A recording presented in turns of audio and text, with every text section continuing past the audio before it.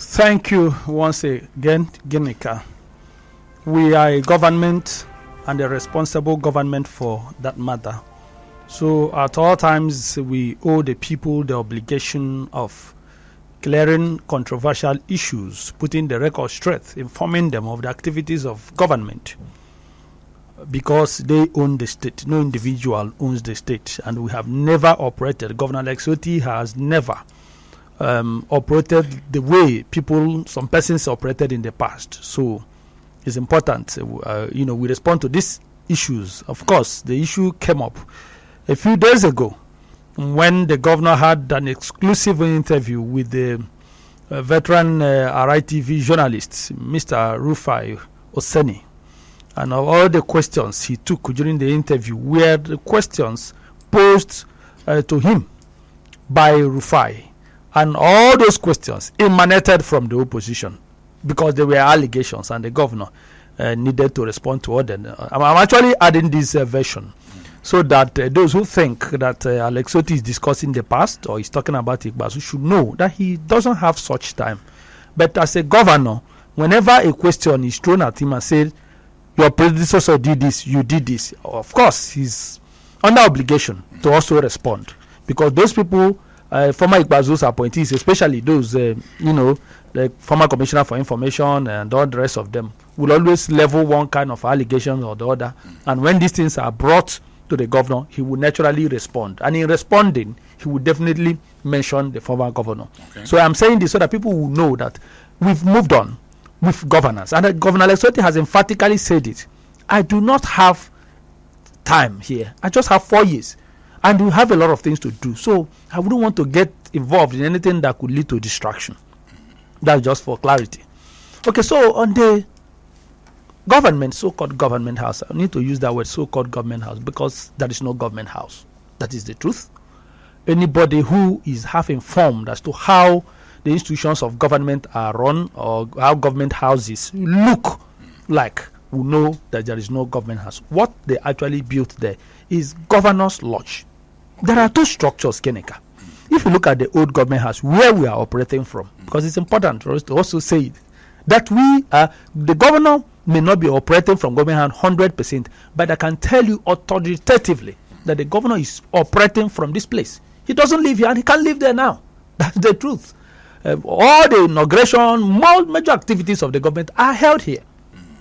Okay? Apart from so the government, the new government house, the so-called government house, like I said, there are two structures.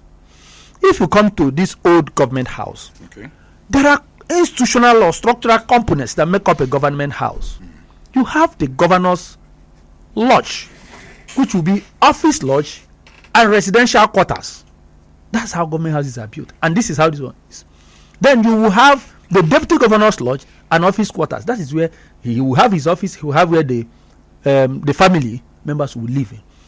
Then you will have the office of the chief of staff and the family, just like that. Then you will have the ESCO chambers. You will have the banquet hall. You will have the chapel.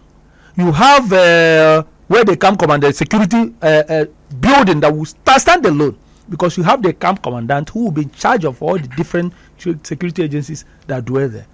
And you have offices for key appointees, the office of the governor. That is how government houses are. But here, and if you go to the old government house, you will see not less than 20 or to 30 structures. Okay? But here, you built a lodge. Like the governor rightly pointed out, they furnished well the down floor. The rest of the place was not touched. That is a fact. And I am happy that when John Oki-Ikalo, the former commissioner for information, appeared on Arise to respond to what Governor Alex Otti said on behalf of his former boss, Dr. Kezi Igbazu, he wanted to start lying again. Rufai reminded him, don't forget that I was there. I went there. It was not done. Rufai said it. So he stopped. He would have painted a kind of picture that would shock, but because Rufai told him, I went there, and Rufai didn't want to appear because he was giving them that right of reply, opportunity for right of reply. So he didn't want to appear to be boxing him, so he gave him the freedom to talk. But when he wanted to bring that aspect to lie, he told him, don't forget that I was there. It was done. So, however, Geneka, it's important to say that government is a continuum. Okay, so if Governor Kezi Ikpeazu did any project, after all, the government house was not started by him. It was started by former Governor T.A. Otti. So if he did the project midway, we are under obligation to complete the project. So we don't have any issues with that. However, how do you know a government that's serious and sincere? Let me give you some examples. If you look at this Emeko Merwa guest house, the essence of having such guest house is that when guests come, government doesn't spend too much keeping people in hotels. So even if you are going to quarter some persons, it will just be a few. You have a building or a place, a guest house that will take care of them. That place was in a state of dilapidation. Governor Otti completely renovated and equipped it. It's looking beautiful. We are using it today. It wasn't built by him. Okay? I think that it was built during the military or former Governor Okalo. I can't remember the person that built it. Now you have the political appointees block. It's a big building here, in government house here. It was not in use. It was completely abandoned. Governor Otti renovated it and equipped the place. The key appointees, special assistants and senior special assistants, are staying there. You have the Nnamdi Azikiwe Secretariat, old secretariat, that was abandoned for several years. Look at that edifice. The governor came, discovered a lot of workers do not have offices, especially those working in the secretariats. Most of them didn't have offices. Most of them were staying outside, had nothing at all. They were working from very unconducive environment. What did the governor do? He swung into action, got to the place. It was falling off the buildings. Of course, the pictures are there. You saw, you knew how it was. It was completely rebuilt. More structures more pillars and all the rest of it were added there, completely equipped from beginning to the end. It's a beautiful spectacle to behold. It's a beautiful edifice to behold. Look at the Michael Okpara Auditorium. It was unfit to be named after the legendary late Dr. Michael Okpara. Go today and see what Governor Otti is nearing let's say 80% completion. It wasn't built by Dr. Otti. Okay, they've added more structures and it's looking so beautiful. But that place was in a state of dilapidation. You know what I'm talking about? The pictures are out there. Look at the SSG's office. Okay, when you hear SSG's office, people will think it's just one office. It should be a massive structure, because outside the office of the governor, the SSG's office, which is where a kind of government activities revolve around the office of the secretary to the state government. Go there and see. I will show you the picture. I have it here. What has been done there, and you will see the pictures of before and after. It was looking like a shrine prior to now.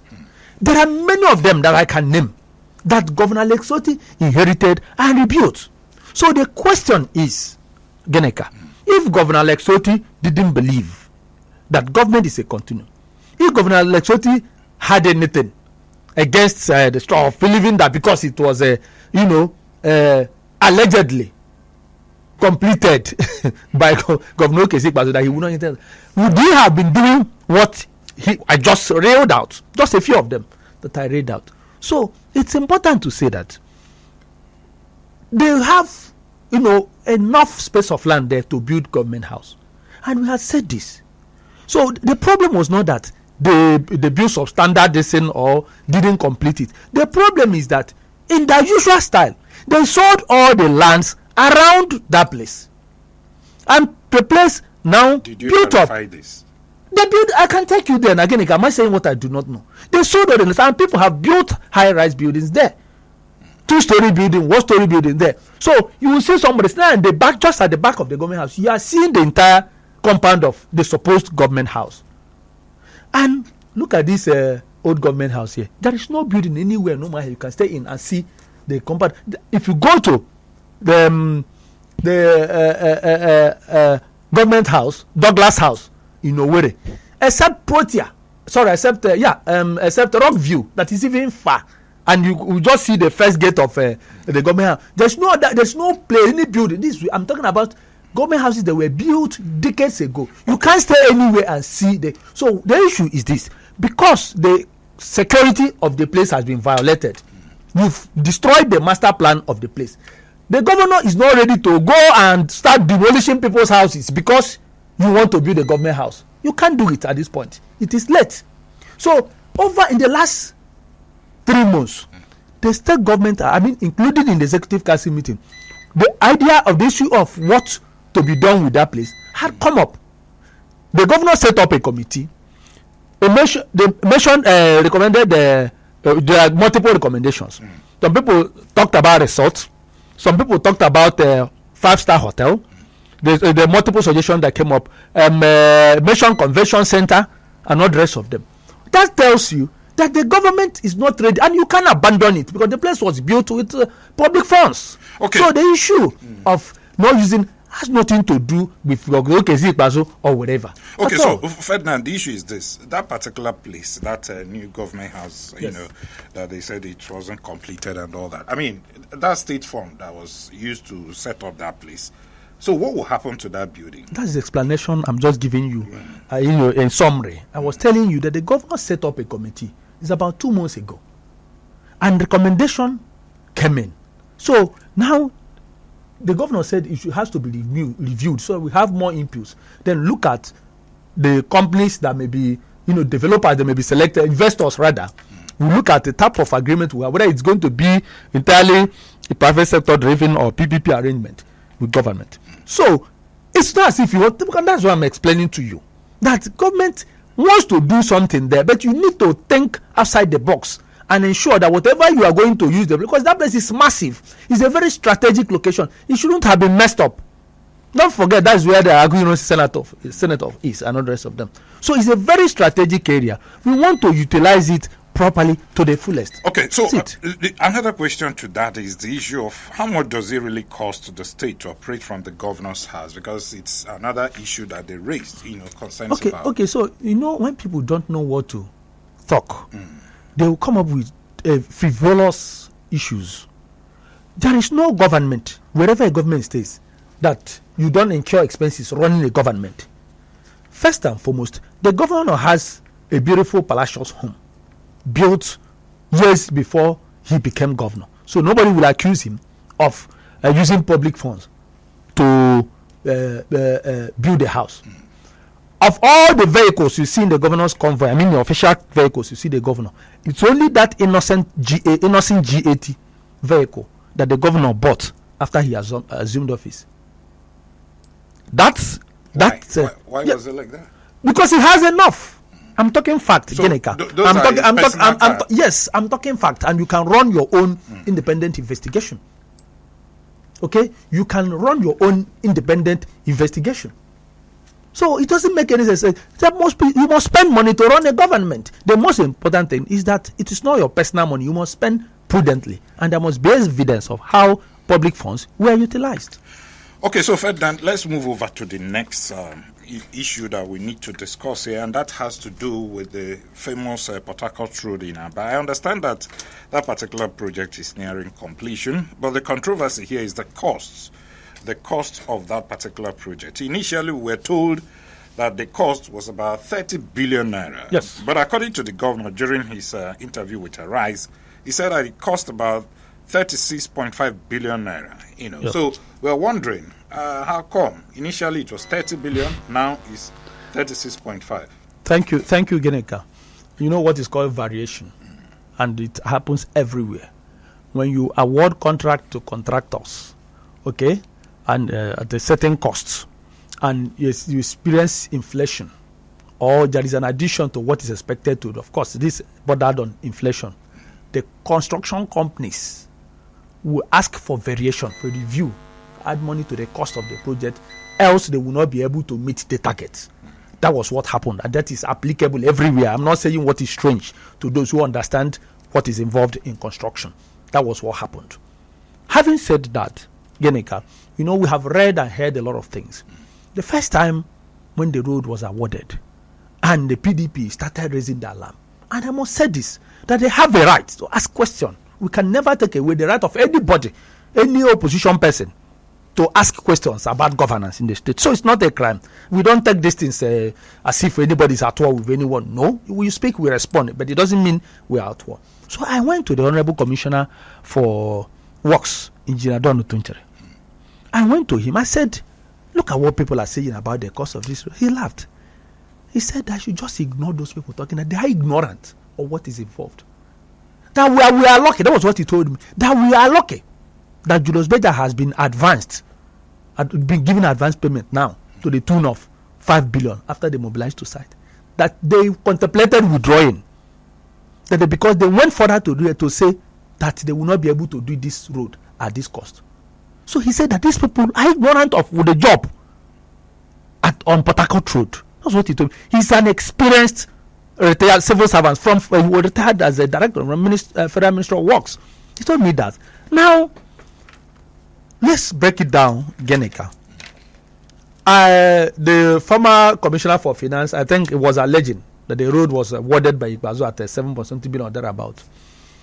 I just brought out the write-up, former Commissioner for Information, John Oki Carlo, wrote his claim, and the official statements from both the former government and this Commissioner for Information, where he said it emphatically that the road was awarded to Heartland at the cost of 9.89 billion. That's about 10 billion. Just less than 100 million will be 10 billion. That was what they awarded it as 9.89 billion. Okay. And that was in 2017. Okay, and he emphatically quoted that dollar was exchanging at the rate of 333 naira. Okay, so Geneka, and don't forget, it wasn't awarded to Julius Berger. And when they awarded it, what they awarded was 5.7 kilometers. That's starting from number 1 Port Harcourt Road down to flyover. And if you look at that cost, they awarded it at that point in time. If you do the maths, what it will give you is $27 million. You can do the maths there now. That is what it gives you, $27 million. That was what they awarded it at 5.7 kilometers. Geneka, that amount today, by the exchange rate of 1,500, let us not go with 1,006. Let them take that advantage of 100 naira. Let's do 1,500. That is 40 billion 500 million today, as we speak this moment. They awarded it at 9.89 billion. And if you convert it to dollar, that is $27 million. Geneka, $27 million today is 40 billion at 1,500 per dollar. So if they had done it, that's what they would have spent building Port Harcourt Road. 40 billion. That's 5.7 kilometers. Then now, Geneka, what we are doing is 6.7 kilometers, because what Governor Alex Otti is doing is not from number 1 Port Harcourt Road. Okay, so not 5.8. It's 6.7. Okay. You know, the original destination Port Harcourt Road starts from number 1 Port Harcourt Road.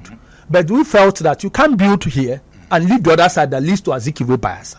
So you added extra 1 kilometer, and that gives you 6.7 meters. That's what we are doing.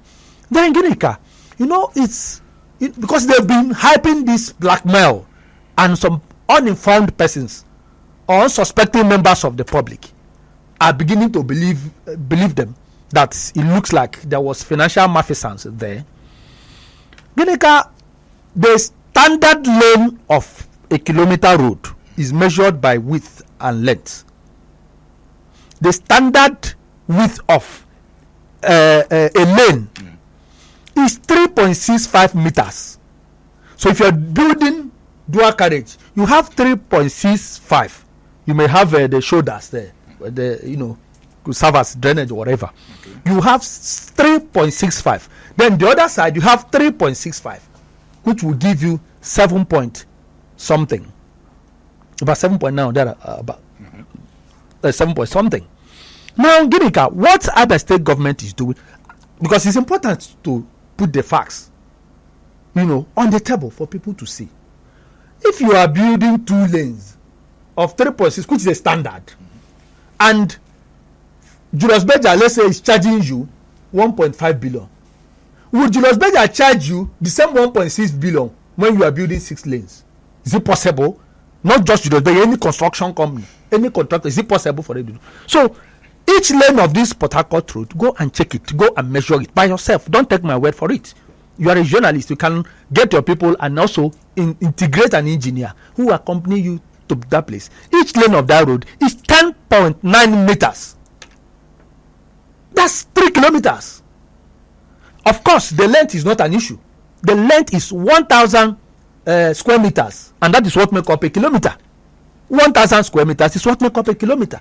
So, the calculation, that is what is stand, and that is what is done globally. The calculation is 3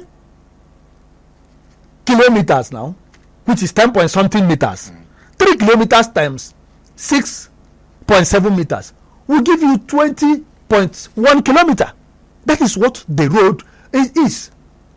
Just do the calculation. Don't take my word for it.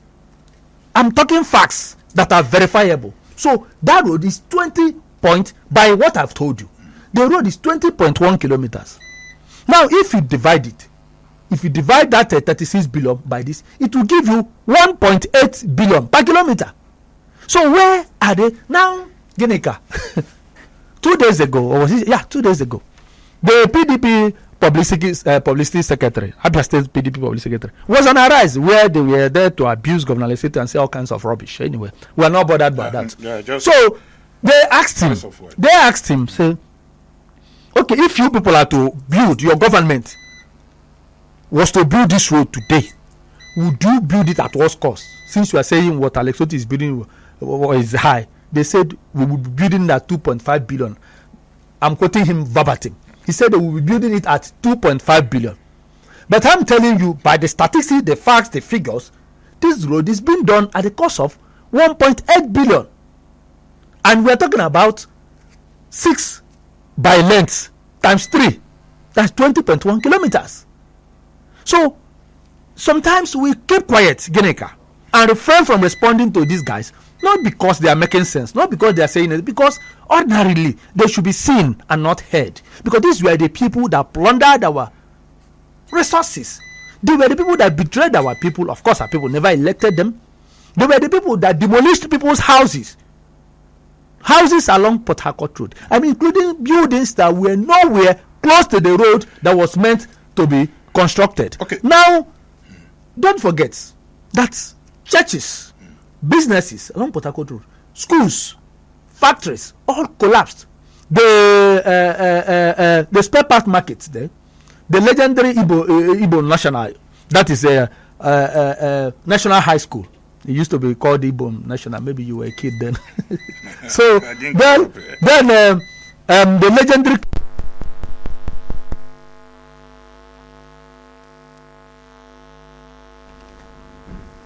the legendary Crystal Park Hotel, that was the best hotel in Aba. So all these businesses collapsed. Today, Governor Lesotho just gave a directive. Last week, there are 4 schools along that place. He gave a directive. Work has started for all of them to be reconstructed because the schools were deserted and abandoned. So those were the economic consequences of the atrocious governance, the atrocious leadership we had in Abia over the years. Sadly, the people that bullied our people, that lied to them, that stopped them from expressing their grievances and disaffection, disapprovals, then are the people that are driving very false narratives to mislead our people. Okay, so where the major argument is now is with these variations you talked about,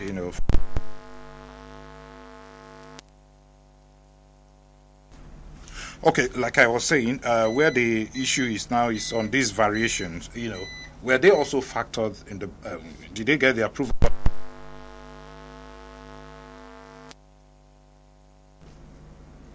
Did they get the approval of the State Assembly? Because if you're talking about, initially when you said it was 30 billion, but because of the variations and all that, you now have 36.5 billion. The ones that you added upon upon it? I mean, this is a very, you should understand Governor Alex Otti. He's not a financial expert by mouth. He is very thorough. He's a very thorough person. He's a due process person. He could not have, nobody could have added a dime, paid a dime to Julius Berger without going through the necessary legal framework, carry out the necessary legal framework or necessary approvals. So that's not an issue. Okay, so now if you're just joining us, this is the platform, the pinnacle of all discussion. Don't forget that this particular program is live on Flow 94.9 FM, Family Love FM here in Umuahia, Vision Africa 104.1 FM, Rapid 96.5 FM, BCA 88.1 FM, Sun 91.9 FM Ibere, as well as Enyimba 94.5 FM Aba, Magic 102.9 FM, also in Aba, Son 91.3 FM Ibere, as well as Real 99.1 FM, also in Aba. My guest is the special advisor to the governor on media and publicity, Mazi Ferdinand Ekoma. Now, moving on the show, Ferdinand, let's talk about the debt profile of the state. I understand that when we had the media chat with the governor, he said about 75 billion naira has been committed, in defraying the debt profile of the state as it stands today. How was he able to achieve this, since he claimed not to have borrowed ever since he came on board?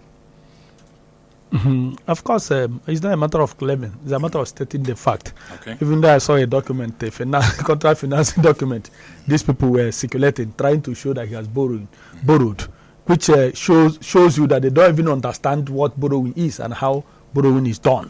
Okay, because if you enter into a contract finance arrangement where even the bank was the obligor here, and you are not trying to push the responsibility to the state government, the construction company is borrowing from a bank, and you work, and the state government will just guarantee you get paid, and of course the state government will not allow you pay for what you have not done. It's a very simple thing. The governor, like he said, clearly stated it. Abia State government has not borrowed a dime, and that is a fact.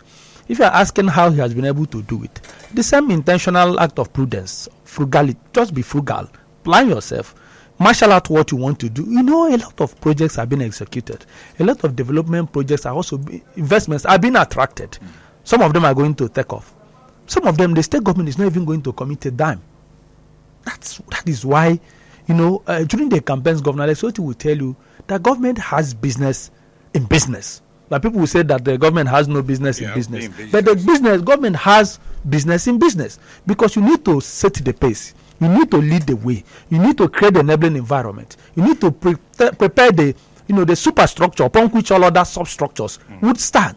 And that includes, investing in infrastructure, coming up with the right laws and policies and the programs that will favor or affect investors positively. So we are able to save from what we are generating internally and externally, okay, to begin to defray these debts. Because Governor Alex Otti is a banker.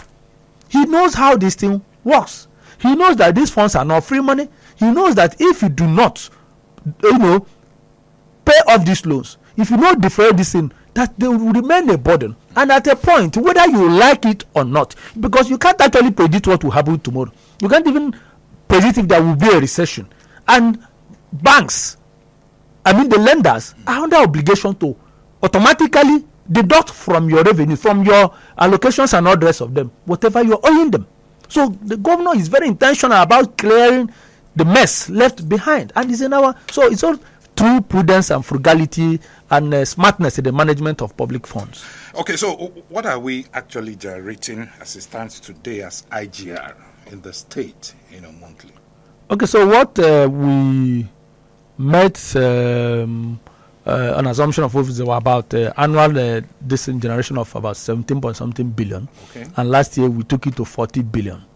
Okay, so this year, our target is 120 billion. So if you do the math, what we should be generating. We should be around. We want to go to 10 billion per month, but we've not gotten there. So what are we doing now? Now, I think, I don't have the exact figure, but I know it should be around the 6 billion or thereabout. Don't know if I've gotten there. Okay, you can. But what I just told you was what it was. It was last year. And of course, we are intensifying effort. All the enumeration, the partnership we're having with Access Bank and all the rest of them is to restore sanity in revenue generation. Of course, since we came on board, you will agree with me, there is no room for extortion, double taxation, and all the rest of them. And whenever and wherever we hear that there are any MDA, you understand, any minister or department or agency that is getting involved in double tax, of course, automatically shut it down. So we are not giving room for that. We want to restore sanity. Let the people pay what is reasonable in a decent manner. That's what the government is doing. Okay, if you want to be part of this discussion, it is now time for you to call and make your contribution on the show. The numbers to call are 080-8182-6949 or 08116052949. Those are the numbers. So I need to say more on the issue of debt. You know, it's unfortunate that people feel they can come on air, and here I'm referring to the PDP, the spokesperson and the former the agents of the former government. They should know that people are smart and intelligent.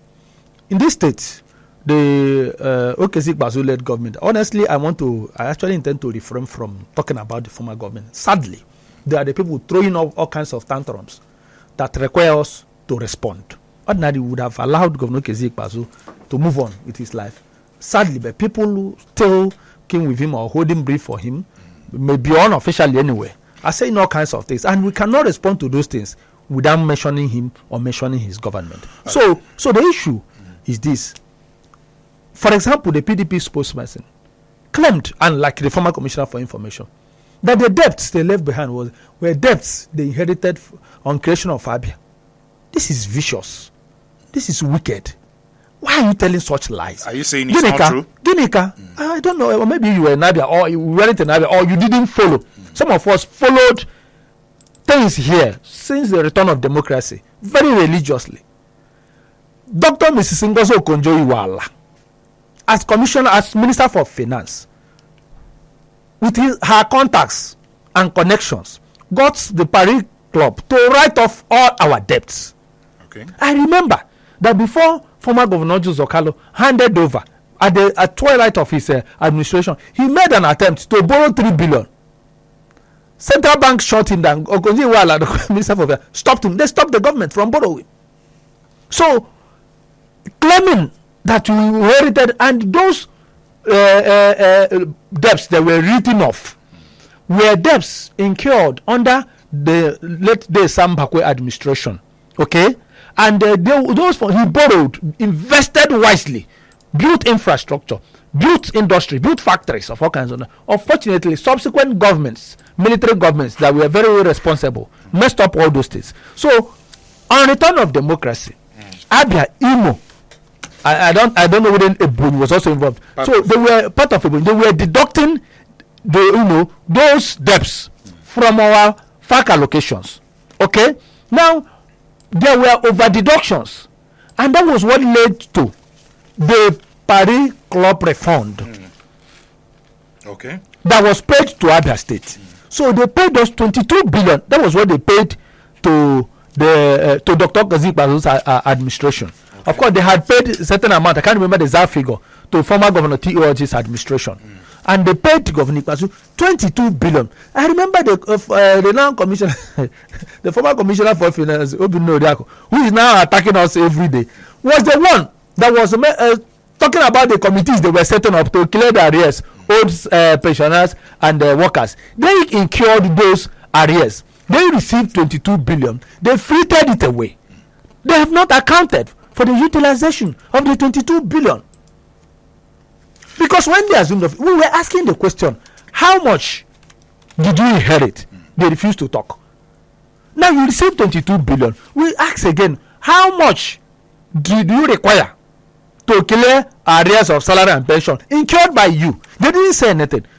In the end, the 22 billion naira was squandered, and nobody has been able to account for it. But today, they are telling lies up and down. against the same government. Okay, Ferdinand. Now they tell you another thing I need to respond to, because I understand. I just read something this morning, which you people also published, where the former commissioner for finance claimed that they would have built Port Harcourt Road if Governor Alex Otti did not stop them from borrowing, from AFDB. Ginika, is also important that you respond. What's happening now? Go ahead. Okay, so first and foremost, when Upper State government approached the AFDB to borrow, of course, don't wake up and go and run to AFDB to borrow. There are processes. The Ministry of Finance, the Central Bank, and the rest of them. National Assembly must approve. The State House Assembly must approve. So, there are several agencies of government that are expected to be involved. Now, they went and forged some documents. The then government went and forged some documents. God works in mysterious ways. If not for a reason, I would have mentioned the name of the person who leaked the whole thing to us. But I will not. Don't worry. Don't even bother yourself. That's my own burden. Okay? So, the thing was leaked to us. What they had done, they have forged some documents to increase what will be approved to them. And the intention was to squander part of the money. So, when Governor Alex Otti got hold of the information, the details, he wrote a petition to the AFDB. AFDB investigated the Governor Dr. Alex Otti's petition and found it meritorious and temporarily stopped the loan. Okay, so if your intention is to defraud the state, Governor Alex Otti, as the then opposition leader, was under obligation with his contact and capacity and reach to also stop you. Okay. So today, are we building Port Harcourt Road with any loan? It's a matter of managing what you have. It's a matter of being prudent. It's a matter of being intentionally sincere. Yeah, I want to do this project. You map out the money. Today, we are paying regular monthly pension. Not because we have all the money in the world. But the governor did his arrangement, made a calculation and said, no matter what, we will have certain amount. Once we arrived at their number, the figure, every month, before the end of the month, the money is already set aside. Every month, you just put hand there and pay. But because these people, what they were doing that time, they will pay January, half. They won't pay again until May. They will jump from May, they will go and pay September. And that was why, when you say they didn't pay for 3 years, they will not ask you.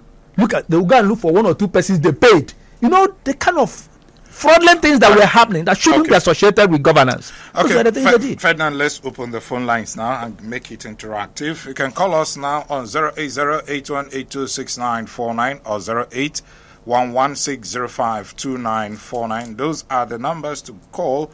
You'll be on to us on the program. Hello, good morning. Okay, well, that was the call there. Hello, good morning. Hello? Hello? 080-8182-6949 or 08116052949. Hello, good morning. Hello, good morning. Welcome. Hello, good morning. Welcome. Hello? Good morning. I can hear you. Good morning, sir. We can hear you. Hello? Hello? Okay, I think the network is bad. Maybe you keep trying. But Ferdinand, the issue is this. So many people are asking 2 years into this administration, what are the milestones? The milestones of this particular government so far? Yes, you've mentioned Port Harcourt Road. You've committed 75 billion naira into defraying the debt profile of the state and all that. What other areas would you say you've done well as well?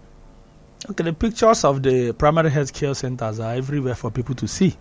And there's hardly any ward that is not benefiting from it. And don't forget, it's 200 primary health care centers. That is massive. And Governor Alex Otti is intentional about it. By all means, we want to stop rural-urban migration. That is the vision of the governor.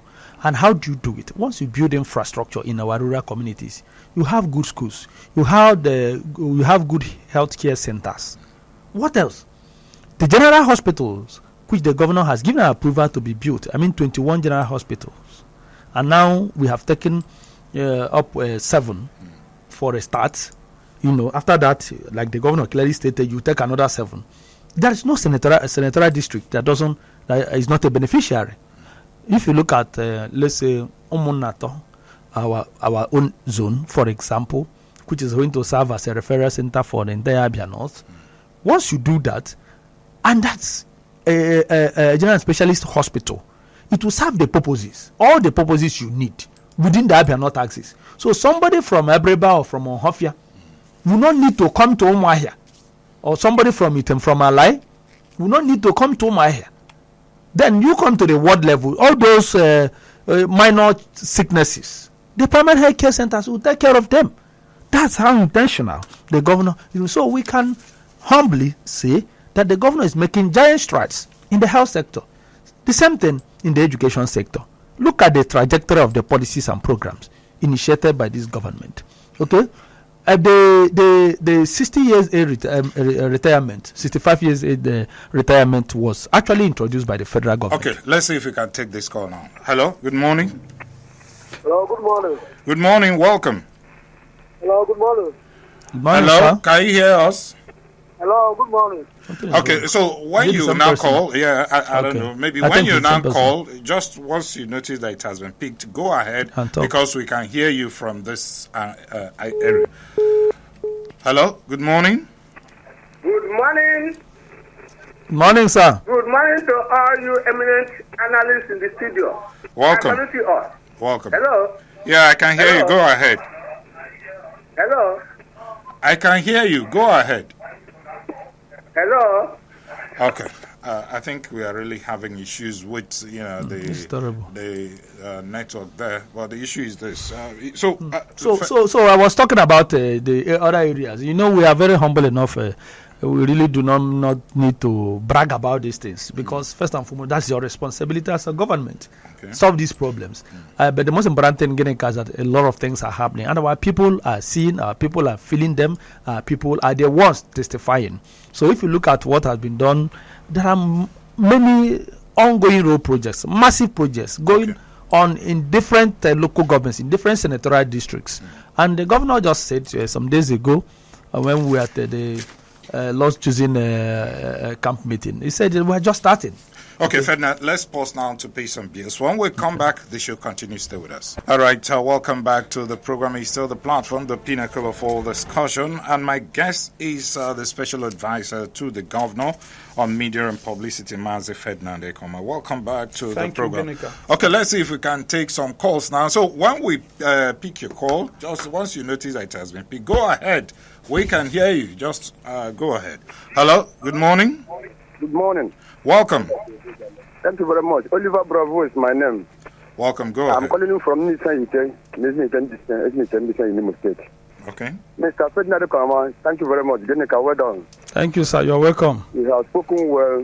But my humble submission now is what are you intending to do that government house so that that government house, as I said, will have a conducive government house where the government can be operating from? Thank you very much. That's my humble Thank you, submission. sir. Okay, Thank you very much. so much. Hello, good morning. Genica, remember this said. Thank you so much. Welcome. Honorable in the house, you are favored, and you will never go down in life. Thank you. Excellent. You have said it all. The Proverbs 81 said that the righteous is as bold as a lion. Opposition is good. Opposition will make you know your position. When we get angry bitterly is when you say informed deadly. After that comment, then this start happening at the stage where we get angry. Yes, opposition is good. After applauding our governor, even endorsing him for second term. What am I saying? Of APC. Senator EDP. Nanawa for even all of them, other political parties. We have not seen this before. These people are attacking him. Well, it's not bad to attack. They attack constructively. Then we talk, they say they will suspend us. Thank you. Thank you, excellent. Thank you.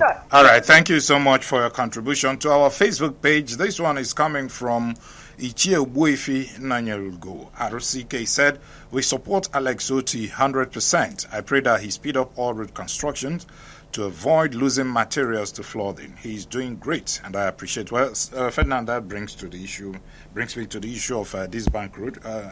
You want to speak to it? For us, the bank road at this point is even a minor because it's almost completed, so it's not a problem.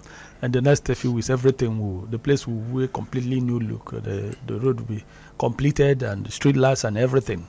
I mean, new street light. We have put street light there, but we are going to have something spectacular, just like similar to what is open at Port Harcourt Road. After installing the street lights and within the center of the road, the municipality gave further instruction that should be street lights on the left and the two shoulders, so that it will be completely. Because a lot of people are speeding on the road now, so that in the night. Maybe would you consider putting speed bump on that? Because I think people have started complaining of speed. We are hearing it. So it's something that the Honorable Commissioner for Works, and others will look at and decide what to do. But the most important thing is that every single road project awarded must be completed in record time, and we are doing that. When you look at what happened at the Umar Hezua Collaborative on Hofia Road, you will know that the governor was very smart the way he handled the project. 67-kilometer road. If it had been awarded to one construction company, you can imagine what the people would have passed through. A lot of people would have suffered. Okay, so we mention kilometers. We don't talk road. I listened to our brother John Okikali. He said they constructed over 230 roads when they were born. There's nothing like 230 roads. There's nothing like 10 roads. From the road, you to measure roads by kilometers. I've just mentioned one 67-kilometer road. Go and measure it. That's what we are building. That's massive. One road. So if somebody will tell you we'll build 10 roads, we'll build 20 roads, you're lying. You're not saying anything. You're not communicating. All right. Obioma Chiadikobi said, please, can you give us an update about the teachers' recruitment? There are concerns on the high number of applicants who participated in the oral interview, but were not shortlisted successfully. Instead, their dashboard shows pending.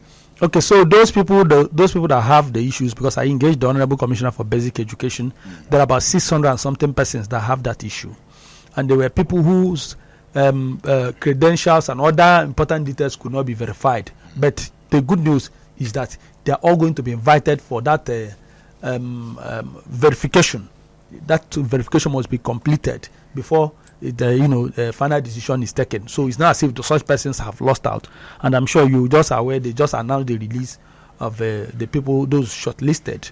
And now it's also important to state that the first phase is going to, the final number will be 5,300 persons.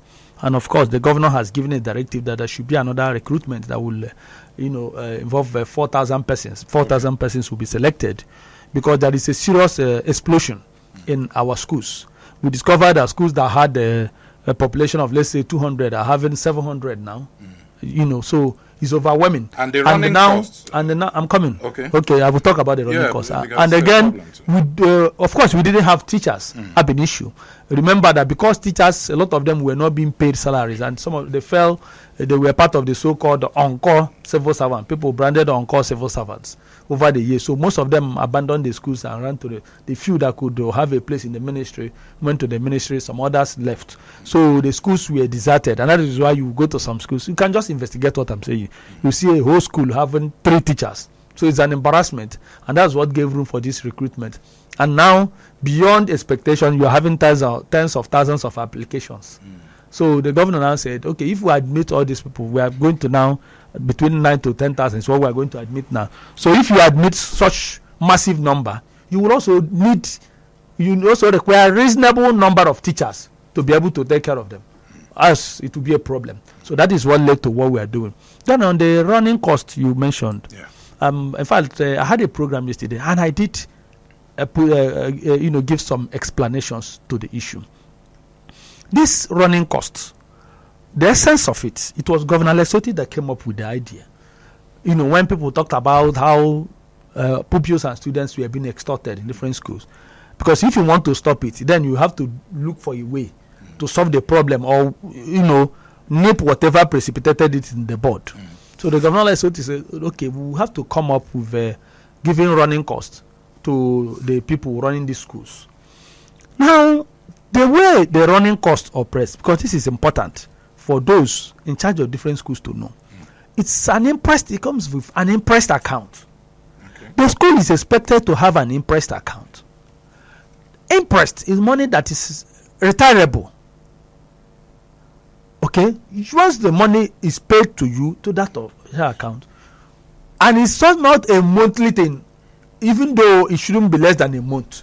Okay, but it can You can spend all of them in a month, but we need to show evidence how you spent the money. That is civil service, process. Okay. So nobody is dashing you money to put in your pocket, and the money is not supposed to be paid into your personal account. Okay, so it is supposed to be paid into the office account, and once it's paid there, you utilize it. Nobody is coming you to come and give him any money. By the time it show evidence, it's after retirement they will not approach the approving authority for another. The governor has already given an approval, standing approval, which have been structured into the whole thing by the Ministry of Finance, the Accountant General's Office, and the rest of them. So what you need to do, please. This is how it works. It's an impressed account. You spend, you retire, you receive another. Okay, Ferdinand, we are really running out of time. Okay, Uwama Chigozie talked about 2 billion naira given to the administration by Tinubu shortly after removing subsidy. Where is it? That's what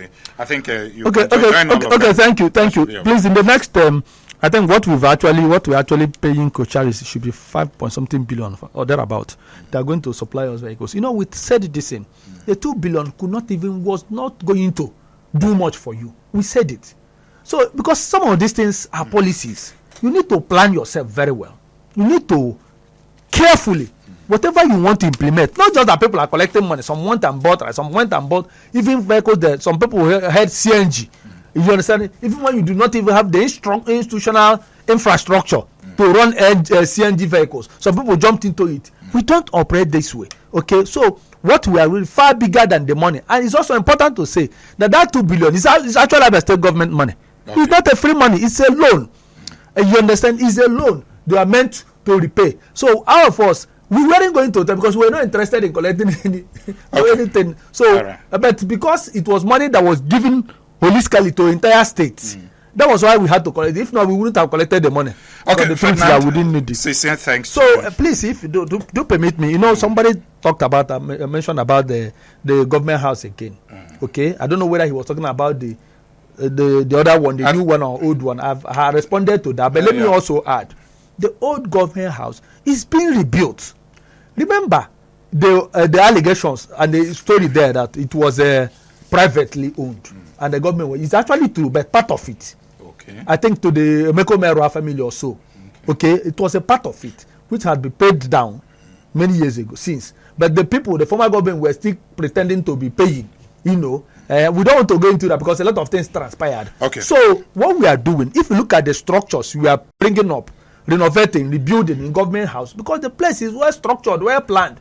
So we are gradually rebuilding. But what we don't want to do is to say we have a budget of 20 billion, we want to build new government house. Nobody wants to do that kind of thing. All right, sincere thanks to you, Ferdinand Ekoma, the special advisor to the governor on media and publicity. Thank you so much for finding time to make all these explanations. Thank you for having me. All right. So many things to talk about. When you look at our system here, you see so many questions, and you find time to come around again. Sincere thanks to all of you who called in and who drop your comment on our Facebook page. Thank you so much. Also to our media partners, talk about Flow 94.1 FM, Love FM here in Omaha, Vision Africa, Rapid FM, BCA, Sun FM, Iwere, Enyimba FM, Aba, Magic FM, Aba, Sun FM, Aba 2, and Real 99.1 FM also in Aba. Thanks to all of you. The show returns on Friday at 10 a.m. It is called The Platform, the pinnacle of all discussion.